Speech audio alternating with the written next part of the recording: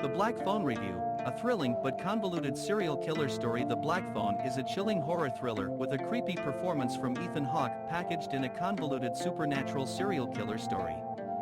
The Black Phone is a chilling horror thriller with a downright creepy performance from Ethan Hawke that, outside a few unique pieces, tells a relatively familiar serial killer story.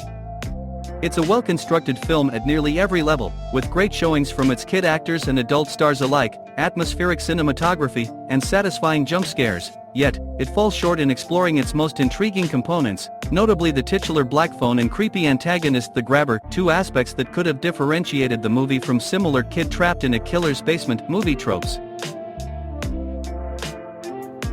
Based on the short story of the same name by writer Joe Hill, son of Stephen King, The Black Phone follows teenage brother and sister, Finney, Mason Thames, and Gwen Shaw, Madeline McGraw, whose northwest Denver suburb is tormented by a series of child abductions perpetrated by an unknown serial killer known as the Grabber. Bullied at school and terrorized by his alcoholic father, Finney learns to accept abuse and physical beatings as inevitable, even failing to defend his sister when she is assailed by their dad for claiming to experience clairvoyant visions. However, when Finney is taken by the Grabber, he discovers a supernatural connection to the killer's previous victims, one that could provide clues to assist in his escape or could just accelerate the danger he's in.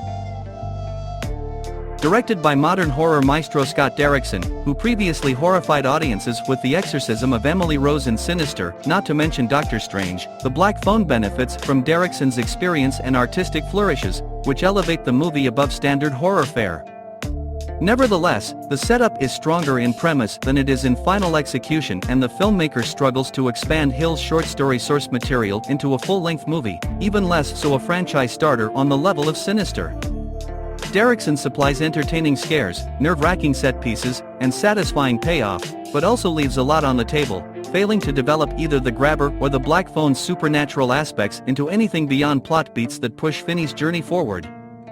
It's unfortunate, as those aspects and the implied, but barely mentioned, relationship between the two are the movie's most engaging contributions. Derrickson injects subtle clues that outline the Grabber's psychosis and ritualistic patterns, but the director intentionally avoids defining his antagonist with a notable backstory or clear-cut motivations, instead portraying the killer as a truly unhinged, deceptive, and menacing lunatic. Still, in spite of the mask, he's not an emotionless hunter, more Dark Knight Joker than Jason Voorhees or Michael Myers, and Hawke relishes in the role, delivering a disturbing and spirited portrayal that keeps Finney, and by extension the audience, unnerved and unsure of what may happen throughout the events of The Black Phone. Relative newcomer Thames, For All Mankind, is solid for his part. Exchanges between Finney and the Grabber are brief, mostly seen stealing weirdness from Hawke, so The Black Phone doesn't supply Thames with particularly rich interactions to showcase his own talents. It's a confusing choice, especially considering that one stage of the Grabber's criminal pattern involves befriending and admiring his victims, a setup that would provide ample room for Hawke and Thames to share scenes and unpack what the Grabber is trying to accomplish, as well as what makes Finney different from the killer's prior abductees.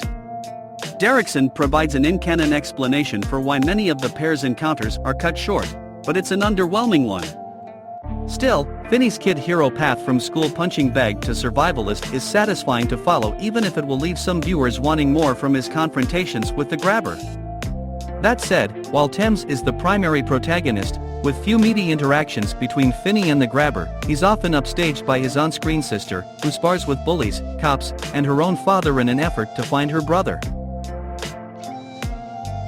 Gwen is the most vivid character in the movie and a noticeable favorite of Derrickson and co-writer C. Robert Cargill, providing the younger Shaw sibling with many of the Black Phone's biggest laughs, gripping scenes of emotional drama, and even some genuinely kick-ass moments.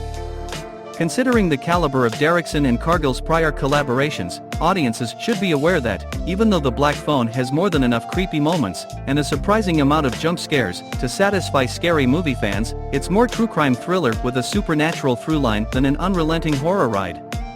And nothing in the film compares to the inventive and petrifying set pieces that made Derrickson's prior works, Sinister and The Exorcism of Emily Rose, especially iconic. The Grabber is creepy and Hawke pulls out all the stops, but it's unlikely that his killer will ever join Hollywood's iconic horror villain pantheon, or even become a best-selling costume at Spirit Halloween. Black Phone is the rare scary movie that could have benefited from additional runtime and exploration of its numerous ideas, especially the film's supernatural components.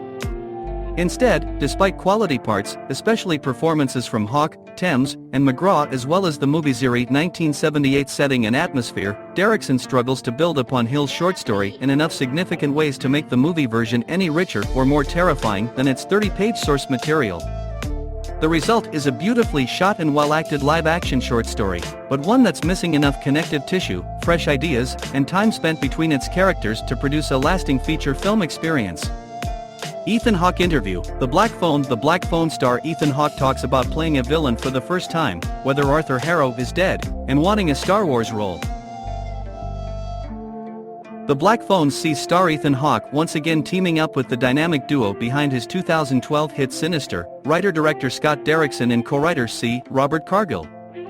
The newest film, which releases in theaters on June 24, allows Derrickson to return to his horror roots despite parting ways with Doctor Strange in the Multiverse of Madness. Instead, he partnered with Blumhouse Productions for an adaptation of Joe Hill's 2004 short story, focused on a kidnapped child and a mysterious phone. Hawke is cast very much against type as a terrifying murderer called the Grabber, who has killed a number of children before abducting Finney Shaw, Mason Thames. But not only does this latest victim begins receiving phone calls from past kids while trapped in the basement, he also has his sister Gwen, Madeline McGraw, looking out for him.